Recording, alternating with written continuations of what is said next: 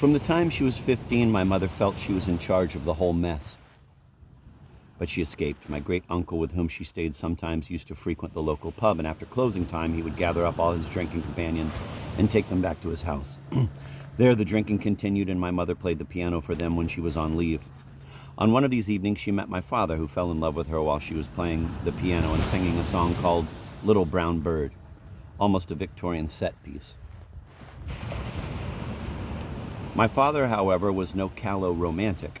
At this time, he was in his 40s, 20 years older than my mother, and a bit of a rake.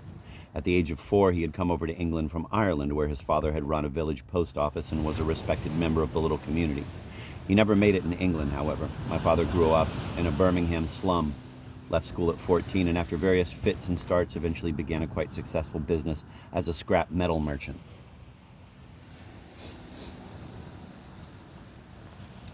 When my mother met him, there had been many women in his life, but she nailed him. He was a handsome man, very tall, well over 6 feet. He stood broad-shouldered and solid with a firm face and a lot of black, wavy hair. He loved clothes and decked himself out with flamboyance. The match came in for heavy opposition. My grandmother refused to have anything to do with it, and her family told my mother firmly that she was neglecting her responsibilities and was mad to marry a man so much older than herself, who would never, it was clear, be much of a success.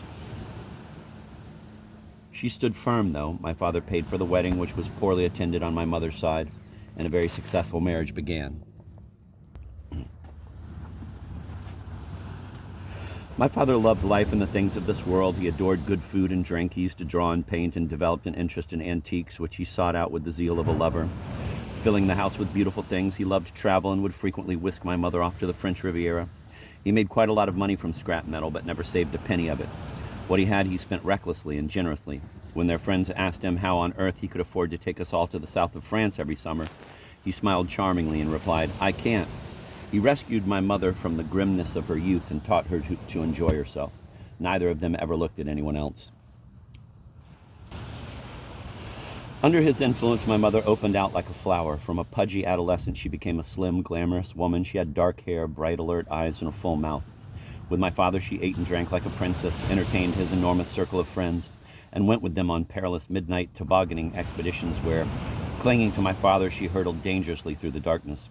My earliest memories are of lying upstairs on my cot, listening to the hum of voices downstairs, the laughter of the assembled company, and the clinking of glasses.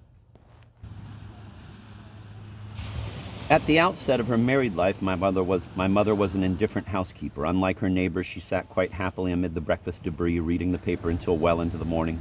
She scandalized Mrs. Jefferson next door by not getting her washing out to dry until Saturday. What cleaning there was done by Mrs. Meacham, a fat, gingery woman with a loud, cheery voice, who came in daily from the cottages. Meachy was not much of a one for cleaning either. When she had had enough, she called to my mother, who was reading in the back room. "I'm just going to take Karen to see the pigs." And my mother would agree happily, settling back to enjoy a peaceful half hour, knowing that I would be well looked after. Michi would put me on the handlebars of her bicycle and wheel me to her cottage. I loved her purely and simply. We went through the front door straight into the downstairs room where I was given a glass of orange juice. Then, as a part of the ritual, I visited the outside privy, which I considered a great treat. Finally, we went down the narrow strip of garden to a corrugated fence, and Michi lifted me up. There, inside the little enclosure, were the pigs, one pink and one black and white, snorting and messy. I used to look at them solemnly, thinking what a nice, sensible life they led, wallowing in the mud and straw. Sometimes I helped to feed them and relishing the decaying smell of the sloppy food.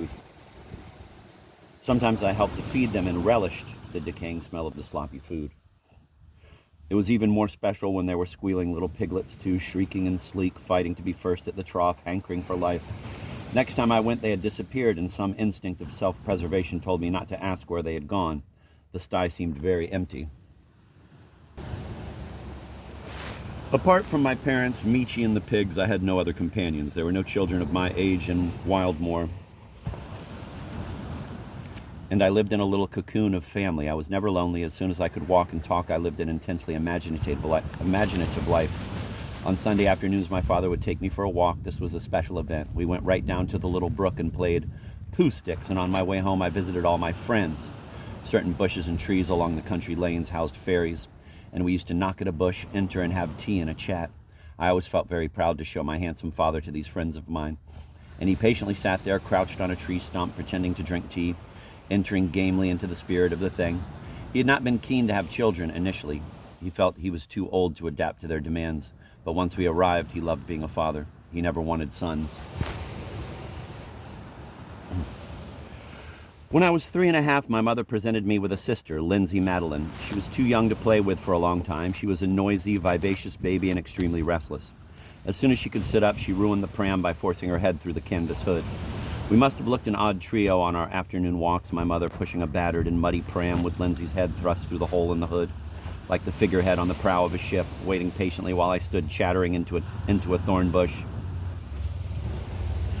When we got home in the evening, my father always read to me before I went to bed. My mother also read to me during the day, and together we listened to the story on Listen with Mother, and later I joined her for the story on Woman's Hour. No matter that I could not understand it, I loved the words. My father bought me a lot of books, and I quickly knew them by heart. We read them so frequently. If my mother tried to skip a page, I knew instantly and made her go back and read the thing through in full. Reading was not just a matter of finding out what happened in a story, it was a ritual. It was the words that mattered. The characters of the books became realities to me when I played alone. I had endless conversations with Little Gray Rabbit and her menage. There was one book that was a special favorite. It concerned a hedgehog called Harry and featured human beings as creatures called mortals. I can't remember much about the story, but the word mortal, once I knew what it meant, colored the rather somber story with melancholy. Whenever my mother or Michi offered to read to me, I produced Harry the Hedgehog till they both got heartily sick of it. But it was no use offering me anything else. My mother thought the book was morbid and quietly disposed of it. I noticed its absence and guessed what had happened. It was no use complaining. Adults were omnipotent, and I mourned the lost book, trying to recapture the beautiful sadness as best I could. I bided my time. One day when my grandmother was staying with us, she took me on the village bus into a nearby market town for tea. We did some shopping and she offered to buy me a book, which was the best present I could have. In the children's department, I scoured the shelves with eagle eye. I knew exactly what I was looking for. Granny offered me 1 or 2 books, but I shook my head. At last I saw it. I couldn't read, but I recognized Harry himself on the cover. "That one," I cried. Granny looked at it. "Harry the Hedgehog?" she read. I nodded firmly. "Are you sure that's the one you want, dear?" She was puzzled by my insistence, but finally agreed. My mother and Michi were having a cup of tea when we returned. I tried not to look too triumphant. I wanted to be generous in my victory. "Granny's bought me a new book," I said, cuddling up to my mother with a winning smile. "Aren't you a lucky girl? Say thank you to Granny." "I already have," I answered truthfully and produced my parcel. "Look, Michi," I said innocently. She looked. "Oh no," she wailed. "Oh my God, not Harry the Hedgehog. Oh, Mrs. Armstrong, I can't stand it." "It was a pity we lost the old one," I said sweetly. "Isn't it kind of Granny? Let's have it tonight." But mortality had already entered our safe little home. I had been told that my mother would be bringing home a new baby. She prepared me for the event very carefully and bought me a doll, a crib, and a pram so that I could be occupied with my baby and not feel jealous. The baby, alas, was a breech birth, and the little blonde girl, christened Caroline, died of a lung infection. I remember nothing of my own expectations about the baby, nor my disappointment when my mother came home alone. But I do remember the sadness and the sense of loss that pervaded the house, bravely hidden but strongly felt. I once came upon Michi and an aunt in close conversation in the kitchen. "It's a shame," Michi was saying, "a crying shame." There was nothing unusual in this. Michi's conversation tended to be rather lugubrious at the best of times. What was different was the way they both stopped talking as soon as they saw me, bustled me out of the room, and talked with affected cheerfulness of something else. Something was being kept from me, something sad, and I felt frightened and excluded. I took to carrying around the house the doll my mother had bought me. Her name was Trudy, and she went everywhere with me. I felt obscurely that it was vital to keep Trudy safe, and that if I kept a stern eye on her, it would ward off this terrible thing that had entered the house. I found great comfort in the fact that Trudy was rubber. "She won't ever break, will she?" I pestered my father. "She'll be with me always, even when I'm old?" "No, she won't break," he answered. "Will she break if I drop her?" "No, try it and see." I closed my eyes tightly and flung Trudy on the ground and then dared not look. "It's all right," my father promised. It was. Trudy lay there on the ground, undignified and outraged, but still miraculously whole. "It's all right," I promised her that night. "I'll always look after you. Nothing will ever happen to you." My mother was in bed for a long time after she came home from the hospital, and I felt that I must be near to her to keep this thing, whatever it was, at bay, to assure myself that everything was really just the same as ever. Of course, once death entered my life, nothing would ever be quite the same again. Book in hand, I waddled sternly into her bedroom, climbed up onto the bed, and nestled down near her. The closer I got, the safer she'd be. Sing it, I demanded, thrusting the book firmly into her hand. Sensing my need of her, my mother read on bravely, hour after hour. Sitting close together, we made a cocoon of security. It was an incantation holding away the sadness of life.